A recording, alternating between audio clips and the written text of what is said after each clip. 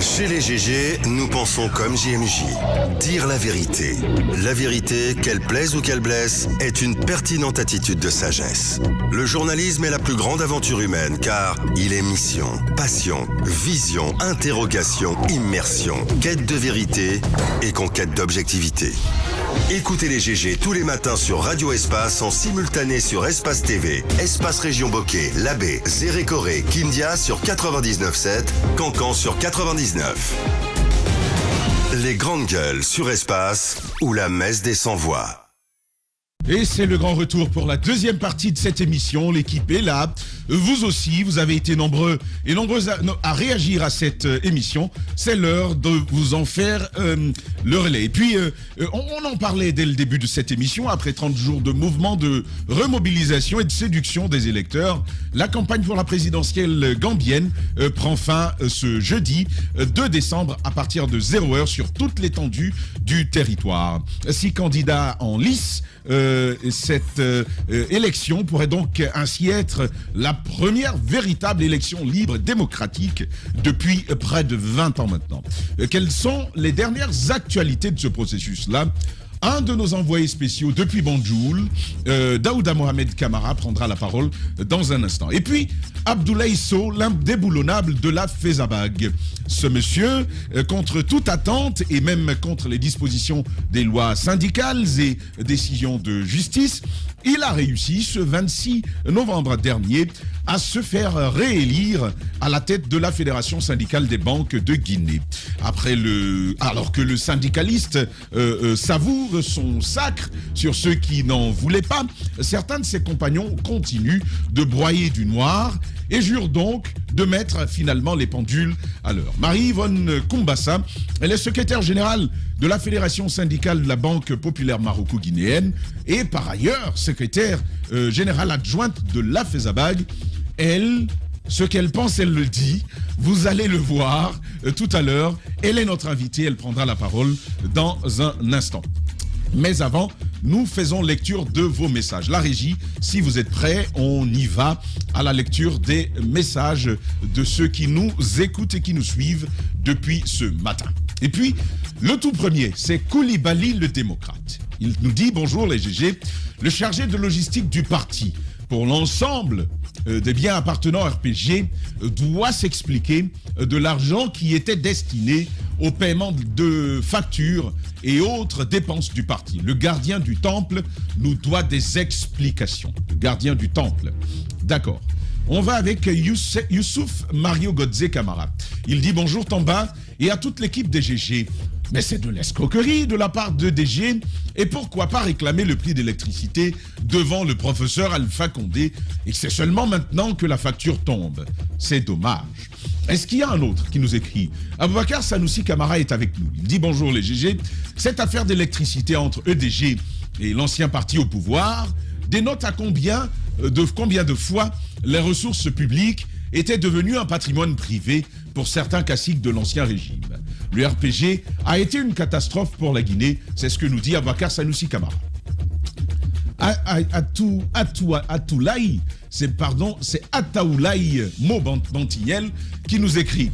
Au moment où LDG surfacture les citoyens lambda, le RPG, qui était le parti au pouvoir, a accumulé des factures non payées.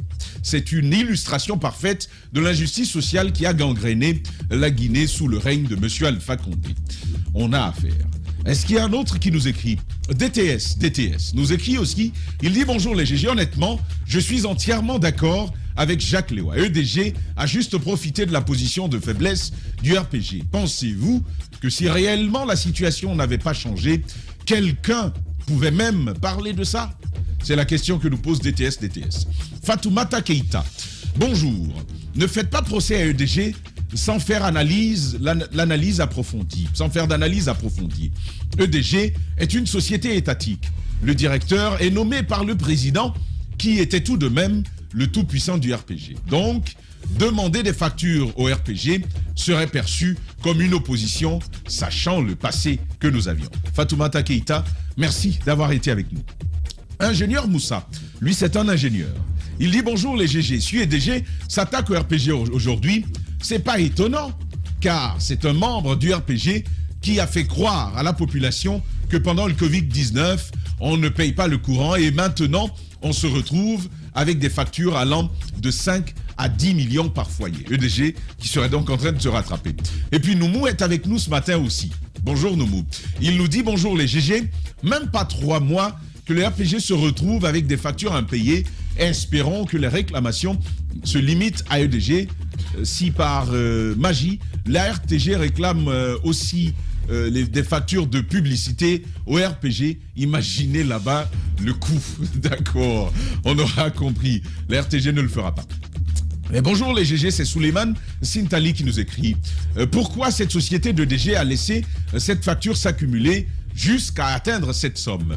La faute leur revient car ils pouvaient le réclamer où le parti était au pouvoir, quand le parti était au pouvoir, et là, qu'ils sont censés attraper, qui sont-ils censés attraper pour qu'ils payent? Enfin, on nous apprend que la facture a été réglée. Et puis l'univers Sultan est aussi avec nous ce matin. Bonjour les GG à toute l'équipe. Il est temps qu'on se pose la question sur le financement des partis politiques dans ce pays. Un parti qui n'a pas un compte bancaire, qui fait campagne avec un hélicoptère, l'eau va monter dans ce pays, wallahi. Il nous dit ça ce matin. Est-ce qu'il y a un autre message? Non. Il y en a par ailleurs sur la plateforme, ceux qui nous écrivent sur le plus 224 657 39 13 13, 10 heures passées de 9 minutes. Bonjour Tamba, c'est Sami Camara. Dire que le RPG doit à EDG, c'est une honte et une insulte à l'intelligence de ses militants. Les détournements et les dons des cadres ont servi à quoi? Payons nos factures et avançons. Bonjour les GG, Bouba de Yataya. Je voudrais dire à Jacques que s'il est président aujourd'hui, personne ne viendra le déranger pour un problème de facture. Le compte de RPG, c'est la BCRG. D'accord, le compte bancaire du RPG, c'est la BCRG. D'accord, c'est entendu. Bonjour les GG, cette histoire de non-paiement des factures prouve encore que ce parti ne mérite plus d'exister. Ils ont volé des milliards, en tout cas c'est ce que nous dit Diallo Boubacar Claire. Ils ont volé des milliards au peuple de Guinée, mais incapables de payer une petite facture. Si ce parti continue à survivre en Guinée, on aura de sérieux problèmes avec ses membres infectés de corruption, de mensonges dans les mois à venir. Cordialement, salut notre cher Diallo Boubacar Claire. Est-ce que lui, il en a écrit plusieurs? Aujourd'hui, il dit bonjour les GG. Le RPG est incapable de payer les factures de son siège. C'est symptomatique que ce parti nous a servi que du mensonge, de la triche et de fausses promesses. C'est le début de la galère après les déboires du régime. Le RPG n'avait de compte que les caisses de l'État. C'est la honte. Ibou Diallo du modèle qui nous a écrit. Et puis bonjour Tamba et bonjour à tous. C'est Ali Moussank Diallo, Ali Moussank, un autre inconditionnel, merci d'être avec nous. Un parti au pouvoir pendant 10 ans, ils sont incapables de payer la facture de l'électricité. C'est vraiment regrettable d'avoir un parti au pouvoir comme le RPG Arc-en-Ciel. Pauvre de nous, c'est Ali Moussank qui nous a écrit. Et bonjour les GG, c'est Pierre Rabat depuis Mamou. Je suis du même avis que Jacques. Ce que EDG fait est une honte pour eux. Pourquoi ils n'ont pas réclamé quand M. Alpha Condé était au pouvoir? L'acte posé par EDG est une irresponsabilité de leur part. Beaucoup réagissent ce matin, justement. Je vais voir avec Sinani qui nous écrit. Bonjour Tambay à toute l'équipe des GG. J'ai été surpris, étonné d'entendre que notre grand parti politique, le RPG, n'a pas de compte par la voix de Dr Saloum Cissé. C'est maintenant que je comprends que notre Fama Alpha Condé était très mal entouré. Mais Dieu récompensera chacun de ses actes sur ce bas monde. De passage, dites à EDG que c'est très tôt et très exagéré contre le RPG. Bonne journée à vous. Lui, c'est un homme du RPG qui nous écrit. Et puis, bonjour. Moi, Moulo Diarra nous écrit: il faut dire à nos magistrats là où ils n'ont pas laissé le président Alpha Condé, ses ministres et ses députés, c'est pas eux qui feront exception. Nous sommes à une refondation totale. Wallahi, vous allez tous sauter. C'est Moulo Diarra qui nous écrit. Et puis à ce message, bonjour. Lui, il dit bonjour, c'est Maki Premier de Dar es Salaam, vice-coordinateur du SICORA. Au colonel Doumbouya d'être vigilant car le peuple de Guinée l'observe. L'équilibre ethnique qui a valu et apprécié pour la nomination des ministres n'a pas été le cas pour la nomination des secrétaires généraux et chefs de cabinet. Ça glisse, c'est l'avis donc de l'autre. Et puis, je vais lire quand même un dernier, je reviendrai. Aïe, aïe, aïe, aïe, aïe. Notre cher Souleymane Konaté, je lirai plus tard. Le message est beaucoup trop long. Dans la suite de cette émission, nous ferons lecture d'autres messages et également sur Facebook où nous reviendrons. Mais d'ici là, Daouda Mohamed Kamara est en ligne de Banjul. Bonjour Daouda. Les grandes gueules. Bonjour Tamba, bonjour à tous. Et vous avez également le bonjour de Alpha Ousmane Ba, mon compagnon, et notre guide Ahmed Sadio Diallo. Votre guide Ahmed Sadio Diallo, et puis AOB, le grand intervieweur, à qui nous disons le bonjour depuis le studio de Radio Espace. Jacques Léo-Aleno, la première question à notre cher Daouda Mohamed depuis Banjul. Daouda, bonjour, bienvenue. Les Gambiens votent donc après-demain pour élire leur président. La campagne électorale prendra fin, semble-t-il, demain. Est-ce que vous pouvez nous dire comment... Aujourd'hui à 0h. Ouais, aujourd'hui à 0h. Demain, quoi. Comment s'est-elle donc déroulée et quel bilan pouvons-nous tirer de cette campagne électorale? Alors, merci Jacques pour cette première question. Il faut déjà dire que le bilan, il est globalement positif parce qu'on a assisté à une campagne qui est partie de l'intérieur du pays, il faut le dire.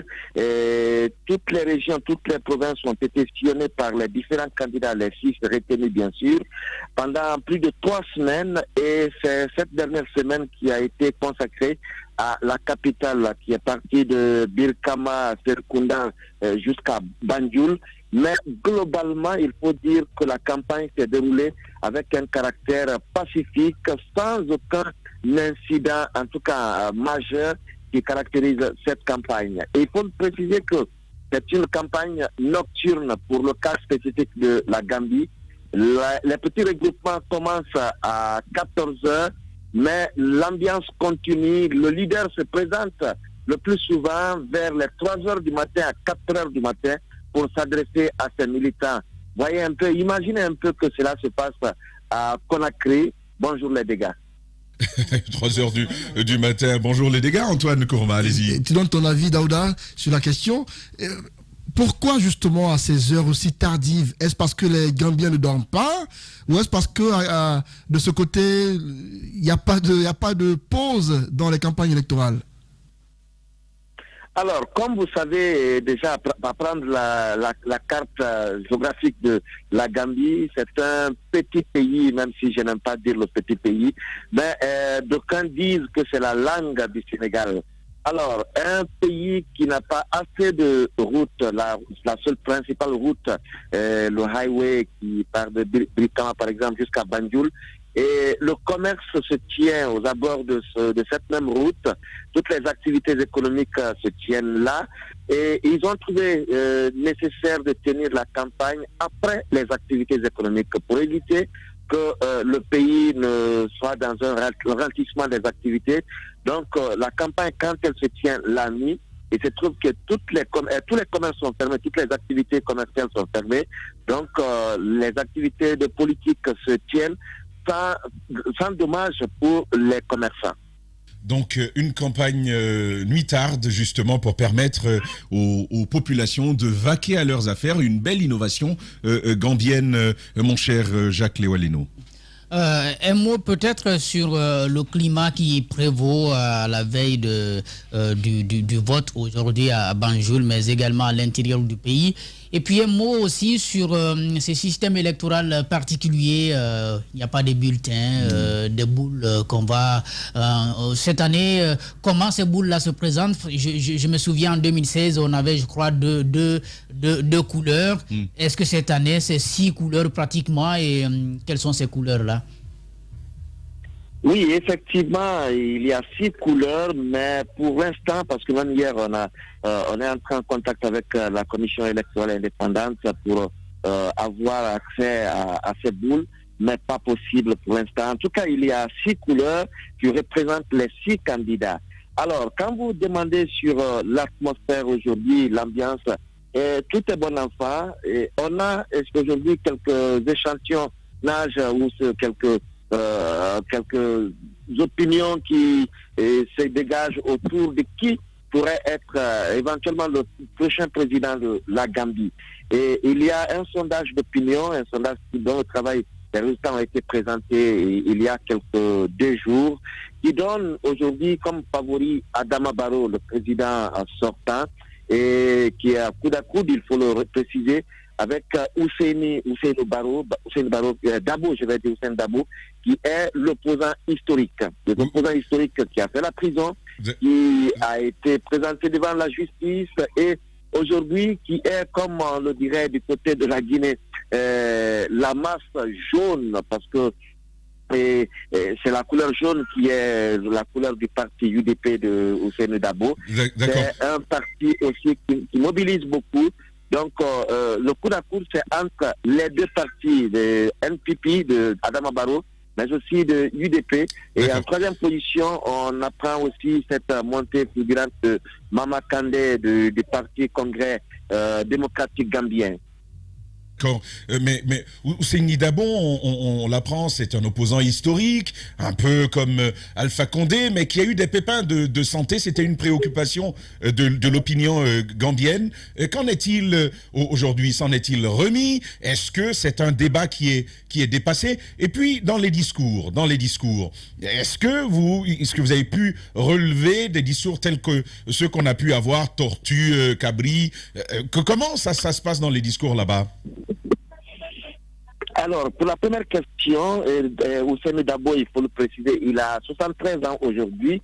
Nous avons suivi sa campagne pour nos téléspectateurs d'Espace TV qui ont suivi cet élément sur notre petit écran. Et Ousseini Dabo, il est malade. Il est malade 3 ou 4 jours avant sa campagne sur Serekunda qui devait arriver jusqu'à Pipeline, à son domicile pour l'accueil. Il n'a pas, comme les autres candidat, suivi le cortège. Il est resté chez lui et c'est seulement à 4 heures du matin, il est sorti de sa maison pour s'adresser. C'est là aussi soutenu par une canne avec tout ce que vous savez sur ce sujet. Mais ces militants n'étaient pas découragés. Ils sont restés jusqu'à 4 heures du matin pour écouter le message de Ousseini Dabo. Et il est malade. Lui-même, il a reconnu en s'adressant à ses militants ce jour-là, qu'il est malade. Il a été hospitalisé parce qu'il a fait une chute. Il a été hospitalisé et il est encore sous ce coup de la maladie. Pour ce qui est des messages dans les communications de campagne, il faut dire que s'il y a un fait qui retient encore les attentions, c'est bien ces messages civilisés. Chacun se concentre sur ce qu'il souhaite faire pour la Gambie. Ce qu'il trouve comme mauvais élément de gouvernance, par exemple, de Barrow, comme vous savez, entre Barrow et Ousseini Dabo, entre NPP et UDP, ce sont deux partis dont l'un est sorti de l'autre. NPP qui est sorti de UDP, parce qu'Adama Barrow était de UDP.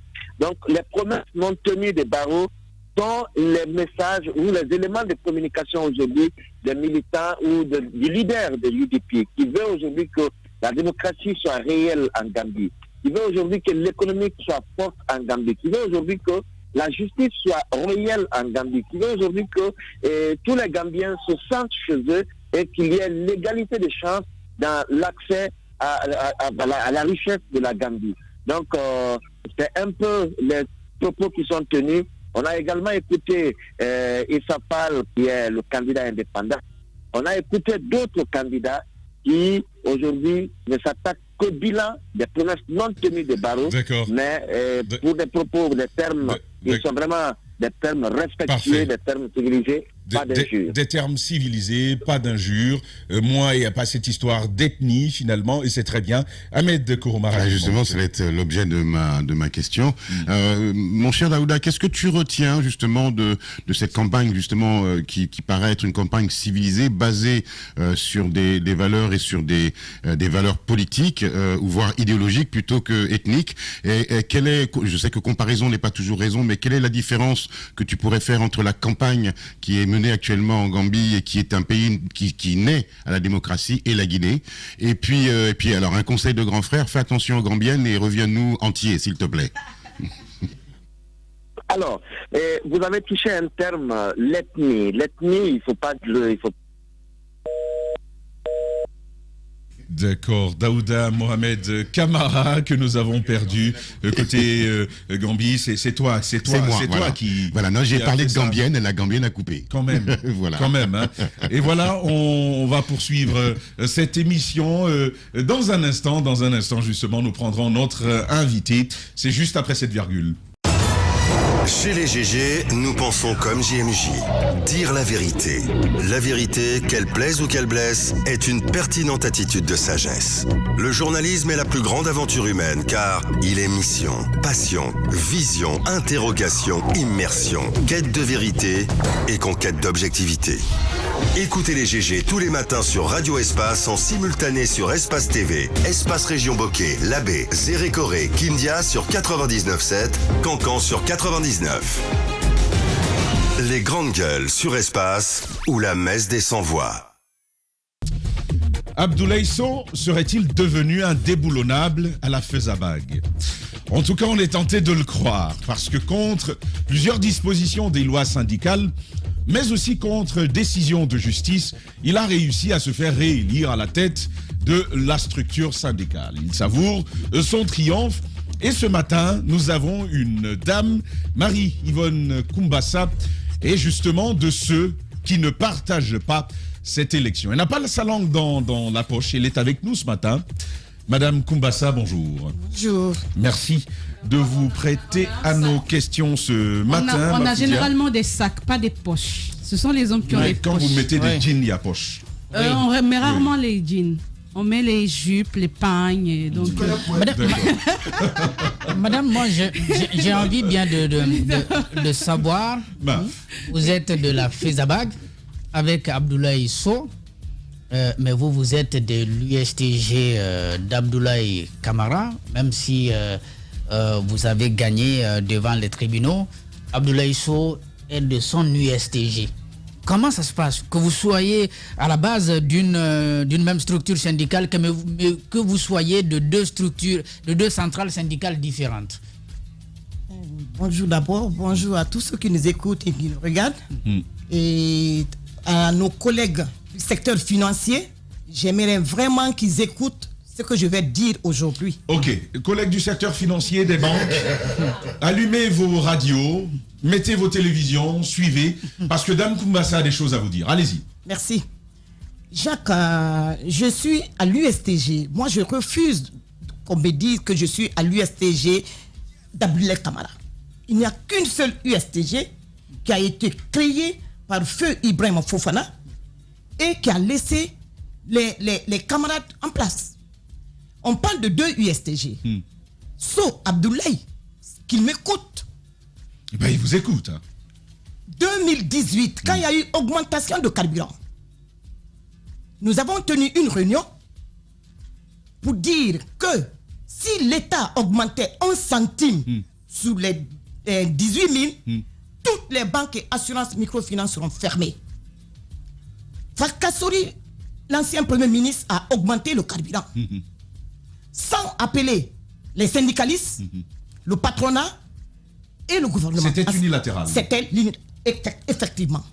Nous avons dit qu'il faut que Kassori revienne sur sa décision. So Abdoulaye qui a tapé sous les tables la veille a dit à M. Kassori, si tu augmentes demain, je ferme. Malheureusement pour la population guinéenne, la nuit, il a tourné de veste. La nuit. La nuit. Madame.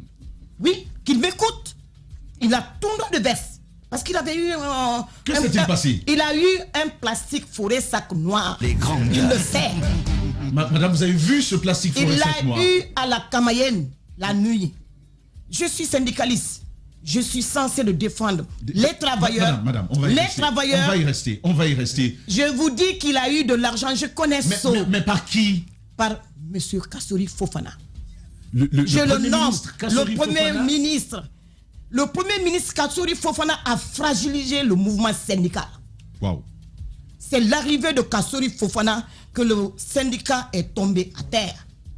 Parce qu'il est ami à Abdoulaye. Il vient le matin, il dit on se retrouve à la bourse de travail. On ne va pas suivre le mouvement parce que ce mouvement ne nous regarde pas. Nous avons dépassé d'aller en grève là où on ne gagne rien. L'intercentrale vont sortir aujourd'hui pour aller en grève, pour défendre les fonctionnaires. Les fonctionnaires qui ont un salaire d'1 million 200 et quelques, nous avons dépassé.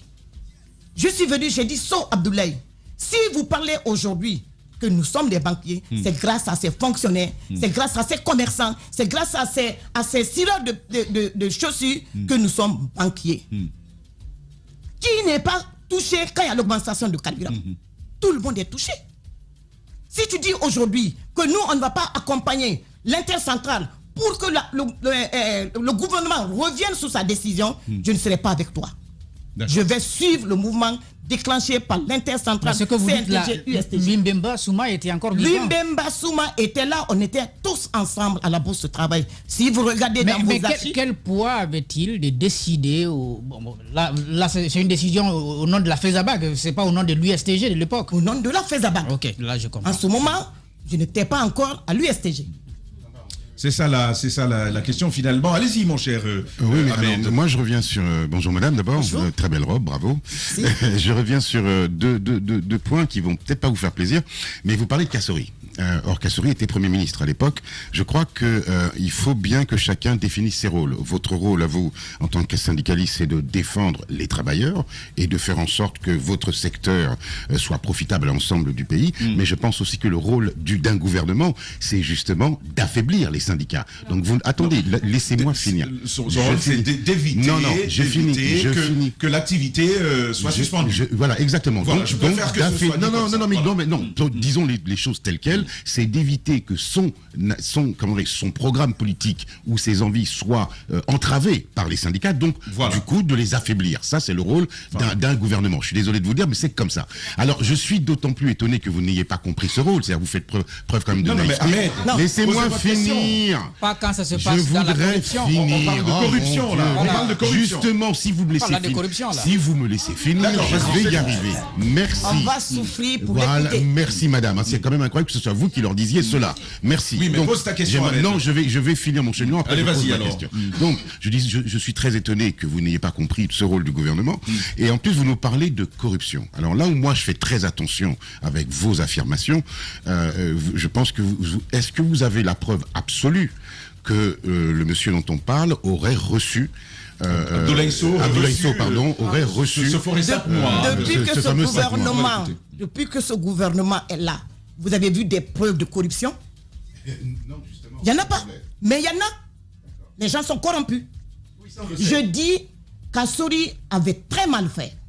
On avait un accord tripartite pour dire quand il y a l'augmentation de carburant, le gouvernement est censé d'appeler le patronat et le syndicat pour parler des mesures d'accompagnement. Il ne l'a pas fait.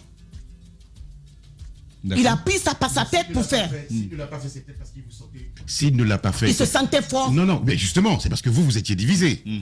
En ce moment, on n'était pas divisés. Allez-y. En ce moment, on n'était pas divisés. C'est So Abdoulaye qui a divisé le mouvement syndical guinéen. D'accord. Antoine Kourma. Moi, pour une chronologie des faits, j'ai envie de comprendre ce qui se passe pour l'auditeur qui nous suit. Jacques a posé une question au départ. comment se fait-il que Marie-Yvonne Koumbassa, qui était l'une des têtes penchantes, pensante de la FESABAG, se retrouve dans un autre camp, alors qu'Abdoulaye Sow également est dans un camp adverse. Comment s'est fait votre départ de la FESABAG dirigée par Abdoulaye Sow? Qu'est-ce qui a fait déborder, quelle est la goutte d'eau qui a fait déborder le vase, qui vous a poussé à claquer la porte? Et il y a eu ce congrès de Mamou auquel vous avez participé. Et dites-nous comment vous êtes retrouvé aux côtés d'Abdoulaye Camara en tant que membre de l'USTG. Le mouvement syndical, l'USTG n'était pas encore divisé, je dis bien. Sow Abdoulaye était le premier secrétaire général adjoint de l'USTG de l'époque, dirigé par feu Louis Mbemba. Ouais. Louis Mbemba nous a invités, nous. Nous avons reçu des courriers officiels en tant que premier secrétaire général adjoint de la FESABAG. Ma direction aussi a eu un courrier pour me laisser aller participer au congrès qui était censé être organisé à Mamou. Nous avons tenu une réunion à la FESABAG.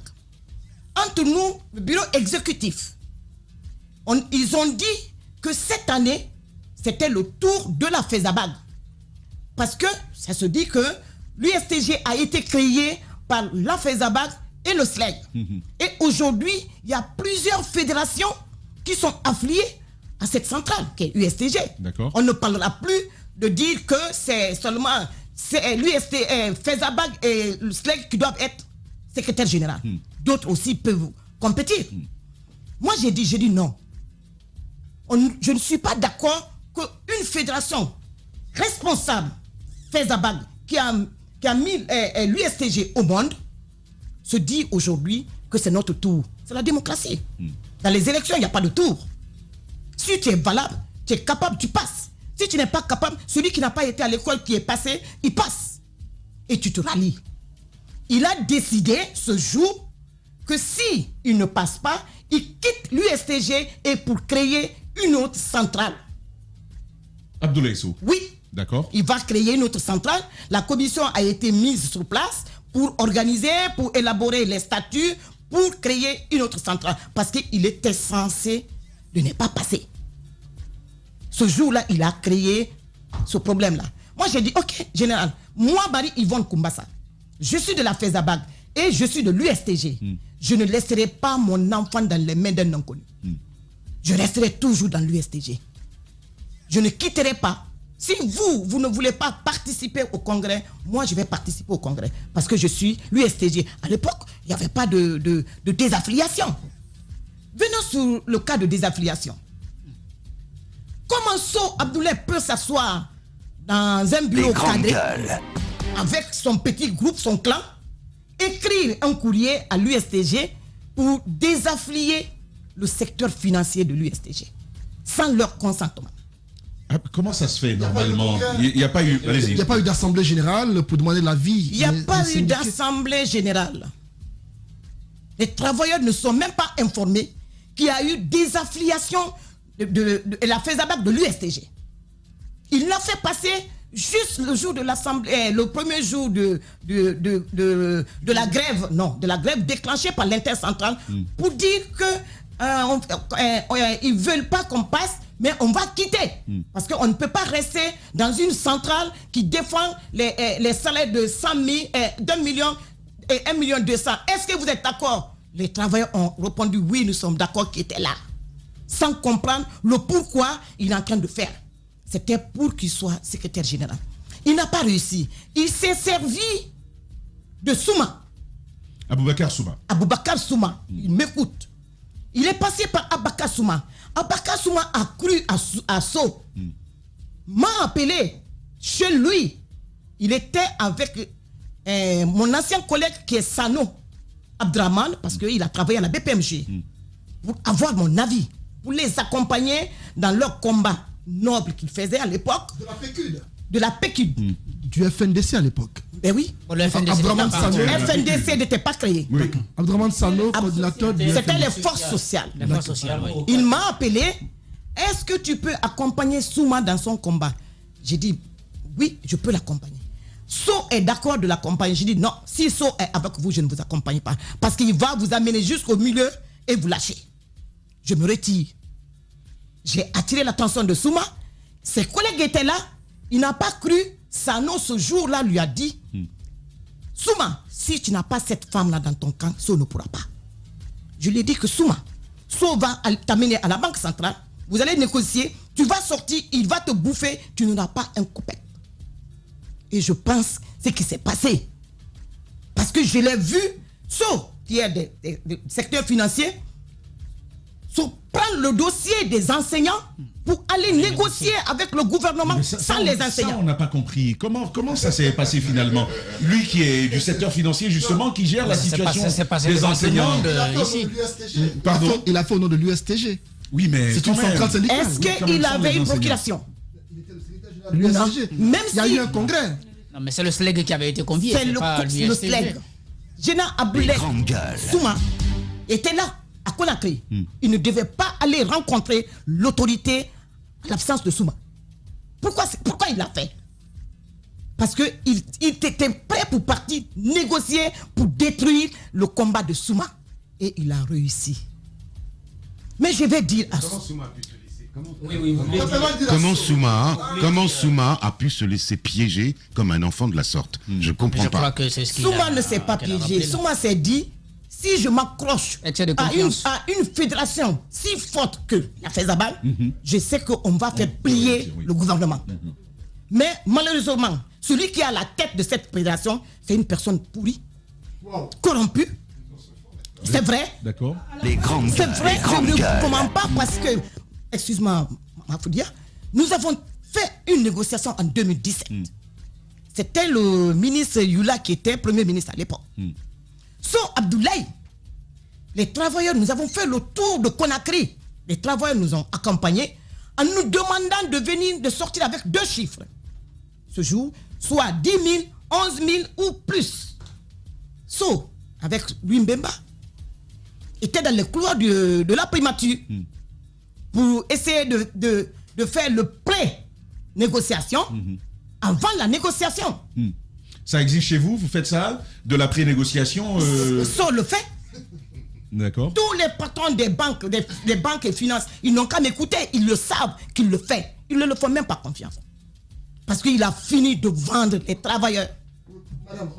D'accord. On va donc cette émission se poursuit. Madame Marie-Yvonne Koumbassa, elle est secrétaire générale de la délégation syndicale de la Banque populaire maroco-guinéenne et première secrétaire générale adjointe de la FESABAG. Elle prend la parole ce matin sur ce congrès qui a fait réélire Abdoulaye So à la tête de la FESABAG. Cette fois, c'est Guiba, parce que si c'est pas lui, c'est pas bon. Vas-y. J'ai tellement soulevé le doigt depuis Gambie, mais bon, j'attends toujours. Vas-y. Alors, j'ai deux questions. D'abord, sur l'exclusion de l'entité. Malgré cette décision de justice, vous n'avez pas été réintégré. On a écouté Baldé ici l'autre jour. Alors, comment vous réagissez par rapport à ça, sachant qu'il faut, normalement, le bureau national devait être entendu avant toute exclusion. Ça n'a pas été fait. Comment vous voyez cela? Et deuxième chose, c'est ce congrès qui se fait malgré les mises en garde. Et normalement, selon les lois, on devait commencer par la base au sommet. Ça n'a pas été fait. Merci. Et depuis que nous avons été exclus de la FESABAG, on n'a pas baissé les bras. On a testé en justice. Nous avons gagné. Il a été débouté au tribunal de première instance, là où on lui a obligé de nous réintégrer à la FESABAG. Il a fait appel à la cour d'appel en disant qu'il n'est pas d'accord. Là-bas aussi, nous avons gagné. Le 10 novembre, nous avons gagné. Qu'est-ce qu'il devait faire? Et l'acte qu'on a eu, la grosse, a été signifié à So, à monsieur le gouverneur de la Banque centrale, à l'inspection générale de travail, à monsieur le ministre de la fonction publique, pour attirer leur attention que la loi nous donne l'autorisation de revenir dans notre maison, qui est la FESABAG. So a vu cette grosse, a préféré anticiper le congrès. Normalement, le congrès court jusqu'au 14 décembre 2021. Avant de faire le congrès, vous avez ce document. Ce n'est pas ça. La FESABAC devait informer tous les syndicalistes, le bureau sortant et les élus à la base, la date, le lieu et l'heure du congrès. Un mois avant le congrès. Il ne l'a pas fait. Ça, ce sont les dispositions justement, l'article 15, le lieu, la date et l'heure du jour du congrès sont portés à la connaissance des membres statutaires au moins un mois avant la date d'ouverture du dit congrès. D'accord, allez-y. Merci. Et il ne l'a pas fait. Il envoie un courrier dans les structures le 22 novembre pour leur dire que le congrès doit être tenu le 26. Où se trouve la conformité? D'accord. Sous tombe où? Je vous ai dit, ce n'est pas un syndicaliste. Mais madame, expliquez-moi. Comment, de quoi est-il si fort? On ne se fait pas élire tout seul. On ne se fait pas élire tout seul. Comment s'impose? Vas-y. C'est cela Ma. mon inquiétude, Tamba, parce que un homme à lui seul, depuis plusieurs années, joue avec tout le monde. Parce qu'on a écouté Souma qui est apparemment dessus, et forcément vous n'êtes pas la seule aussi au sein de la structure. Mais comment comprendre qu'il puisse s'en sortir à tout moment? Il fait un autre congrès, ou bien peut créer une structure parallèle, et c'est une structure qui passe, qui fonctionne, et à laquelle adhèrent aussi quelques travailleurs. Comment comprendre cela? Comment Qu'est-ce vous qui se expliquez passe? ça? Si on n'a pas fait de congrès, si on a fait un coup d'État. Vous savez, on est en 2000, on est en 2021. C'est l'année des coups d'État. Est-ce que vous voulez nous dire que le colonel lui a inspiré des choses So a fait un coup d'État. Mais je pense que ce coup d'État ne marchera pas. Parce qu'on ne va pas se laisser faire. Justement, on a 5 minutes encore. Allez-y, Guiba. Moi, j'ai une inquiétude. C'est grosse. La justice, normalement, une décision de justice doit s'exécuter. Il n'a pas obtempéré. Non, je sais ce que je dis. Il n'a pas obtempéré. Et malgré les mises en garde, on ne vous a pas réintégré. Est-ce qu'il n'est pas fort de quelque chose? Et ce congrès aussi, il le fait, c'est un coup d'État, vous le dites, mais il le fait quand même. Oui. Est-ce qu'il a des soutiens dans des zones où qu'est-ce qui se passe concrètement? Pourquoi il n'est pas indéboulonnable? La question de Guiba est très Son effort de qui? Il faut effort des cadres de la BCRG. Oui, mais pas plus fort que la justice. Je dis, son effort par des cadres de la Banque centrale. Comme qui? Monsieur le président de Mamadi Doumbouya a dit qu'il n'y a pas de recyclage. J'aimerais qu'il jette coup d'œil à la Banque centrale. Parce que l'argent qui sort de la Banque centrale, c'est l'argent de tout le monde. Est-ce qu'il y a un accord qui dit que quand il y a négociation, la Banque centrale est censée de sortir une forte somme pour donner aux négociations? Comment tu peux venir tendre la main à ton patron, d'augmenter le salaire? Tu lui tournes la main, augmenter le salaire des travailleurs et tu lui demandes de te payer prime de négociation. Les grandes gueules. Ça se trouve où? Donc la Banque centrale paie de l'argent. Vous dénoncez en fait cette procédure qui veut qui n'est pas normale. Pour les négociations. Qui n'est pas normal. Les coûts sont au lieu de mettre ces primes dans vos poches, augmentez ces primes sur le salaire des travailleurs. Ces primes, elles sont de combien? Elles sont de combien? Elles sont évaluées à combien pour chaque négociation? 270 millions. 270 millions pour le groupe? Pour le groupe, 270 millions. À chaque négociation. Et tenez bon, les 270 millions ne sont pas partagés équitablement. L'homme, So Abdoulaye, il prend 5 millions, il donne à chacun. Le reste, il met dans sa poche. Et il y a combien souvent autour de la table? Parce que moi, je veux savoir. Normalement, il doit avoir 3 personnes. Le secrétariat chargé à la négociation et le secrétaire général. Mais tellement qu'il y a le miel à la Banque centrale, quand il y a négociation, c'est toute l'équipe qui débarque à la Banque centrale. Parce qu'ils savent que quand il y a l'argent, l'homme, il va Qu'est-ce que vous comptez faire maintenant? Qu'est-ce que vous comptez faire maintenant que nous avons dénoncé. Qu'est-ce que vous allez faire? Nous avons envoyé la délégation rencontrer monsieur le gouverneur de la Banque centrale, la personne de Nabé, pour dénoncer, pour lui dire qu'est-ce qu'il fait. Parce que c'est dans son secteur. L'argent n'aime pas le bruit. Nous avons été exclus. Il a fait quoi? Il a soutenu. Parce qu'il sait qu'il y a le corrompu et le corrupteur. Mais si on dit que vous n'êtes pas légitime, c'est lui qui est légitime. Là, il a la plupart des syndiqués avec lui. Qu'est-ce que vous comptez faire pour l'enlever de ce poste? Quel syndiqué? So a fait ce congrès-là. Le congrès, c'est quoi? Les postes sont là à pourboire. Qui veut être secrétaire général? Vous pouvez vous présenter. Je peux me présenter. Mais si ils viennent déjà, les élections préparées avec une liste, les jeunes syndicalistes qui sont là, qui ne sont pas formés, qui ne connaissent pas leurs droits et leurs devoirs, parce que je veux leur dire que les élus à la base sont plus forts que le bureau exécutif. En effet. Parce que nous avons été élus par eux. Quand il y a eu cette crise, qu'est-ce qu'ils devaient faire? C'est de nous convoquer, nous écouter. Il a convoqué une réunion à la banque Bissigi de Matam pour nous accuser, nous charger. Nous avons trouvé nécessaire de venir nous expliquer devant ceux qui nous ont élus. Sont mis les gendarmes devant la porte, nous empêchant de rentrer à notre arrivée. Nous avons trouvé les 3 noms affichés devant la porte. M'a dit Yvonne Kumbasa ne doit pas rentrer. Le pourquoi? Mais ça doit donner à réfléchir à ces syndicalistes. Pourquoi ça ne veut pas affronter cette dame-là? Vous comptez faire quoi désormais? Comptez faire quoi? Nous avons écrit, si l'État ne nous écoute pas, si la Banque centrale ne nous écoute pas, nous allons créer une deuxième FESABAG. C'est normal. Il y a combien de fédérations vous allez faire comme le SLEG. On va faire comme le SLEG. Vous allez faire. Dans ce cas, vous reconnaissez qu'il y a une FESABAG qui existe? Quelle FESABAG? Nous allons créer la FESABAG. On va garder le nom FESABAG. Ça ne sera pas SO, mais on va garder. Parce que SO doit sauter. SO a loupé l'occasion de sortir par la grande porte. Il s'est imposé. Il s'est dit que tout le monde est pour moi. C'est ce que le président Alpha Condé a eu. Tout le monde est pour moi tout. Aujourd'hui, il est sorti par la petite porte. SO devait sortir par la grande porte. Laisser la nouvelle génération partir aux élections pour défendre l'intérêt des travailleurs. Les institutions sont remplies des sous-traitances qui sont là aujourd'hui, qui travaillent dans l'esclavage avec des Guinéens qui sont assis dans leur bureau, qui divisent le salaire des jeunes cadres qui travaillent dans les institutions. C'est grave. Au vu et au su de ça, nous avons dénoncé ça à la Banque centrale. Demandez à monsieur le gouverneur de la Banque centrale de nous donner la situation des Burval, BCEP. Quel est leur rôle? C'est faire le gardiennage ou travailler dans les banques. Il nous a promis, cette promesse-là depuis 2017, on n'a pas eu de suite.